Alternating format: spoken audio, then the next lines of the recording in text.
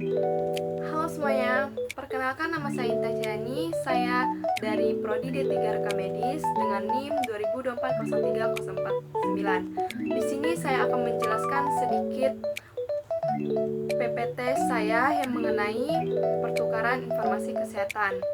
Baiklah, di sini saya akan menjelaskannya sedikit.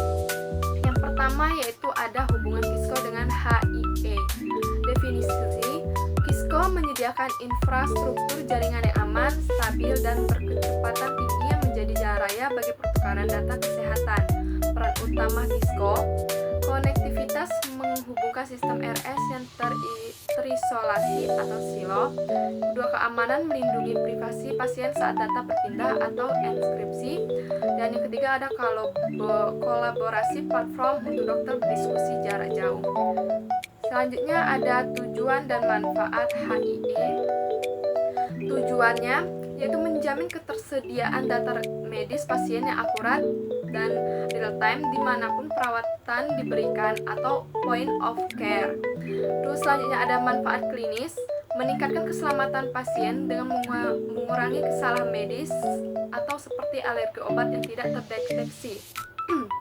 Selanjutnya itu ada manfaat efisiensi, mengurangi biaya operasional dengan mencegah pengulangan tes laboratorium atau radiologi yang tidak perlu. Selanjutnya itu ada dampak dan studi kasusnya. Dampak signifikan: transformasi dari rekam medis berbasis kertas yang lambat menjadi ekosistem digital yang terintegrasi, memungkinkan rujukan pasien yang mulus. Contoh kasus: telemedicine Kisco, dokter spesialis di RS Pusat Jakarta dapat mendiagnosis pasien stroke di daerah terpencil melalui video HD dan pertukaran data CT scan secara real time tanpa delay. Selanjutnya itu yang kedua ada perbedaan LAN, MAN, dan WAN. Bagian lingkup areanya: LAN sempit, ruangan atau gedung RS; MAN sedang, antar RS cabang dalam kota; WAN luas atau antar negara atau pulau. Kecepatannya: LAN sangat tinggi 1000 Mbps, MAN tinggi atau sedang, dan WAN rendah atau tergantung ISP.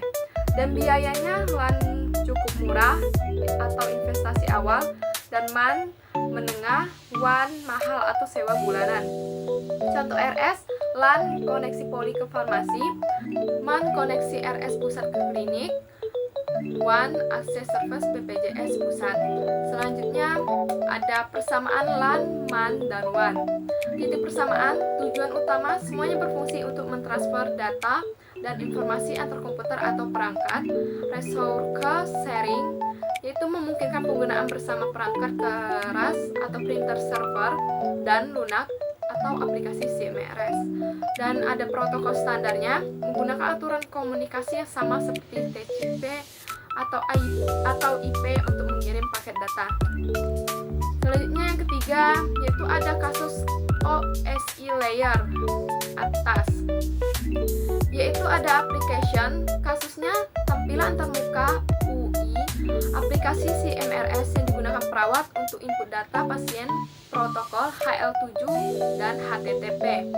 Dan ada juga presentation, kasusnya enkripsi data SSL atau TLS agar rekam medis aman, kompresi gambar ronsen atau format DCOM atau JPEG agar cepat dikirim. Dan selanjutnya ada session, kasusnya sistem menjaga sesi login dokter tetap aktif saat bekerja dan otomatis logout jika tidak ada aktivitas demi keamanan. Dan selanjutnya ada kasus OSI layer bagian tengah, yaitu ada transport layer, mengatur pengiriman data yang andal, TCP yaitu kirim hasil lab atau wajib akurat 0% error. Dan yang kedua ada UDP, yaitu video call telemedis atau cepat real time. Dan ada juga network layer routing, yaitu router menentukan jalur terbaik IP address untuk mengirim data rekam medis dari lantai 1 ke lantai 5. Nah, dan ini contoh gambarnya. Di setiap gambarnya dari 7 layer tersebut.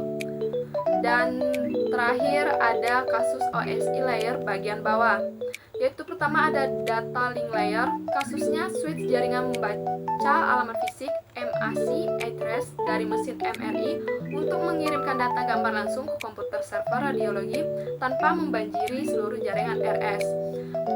Terus selanjutnya ada physical layer. Kasusnya yaitu infrastruktur fisik yang terlihat mata.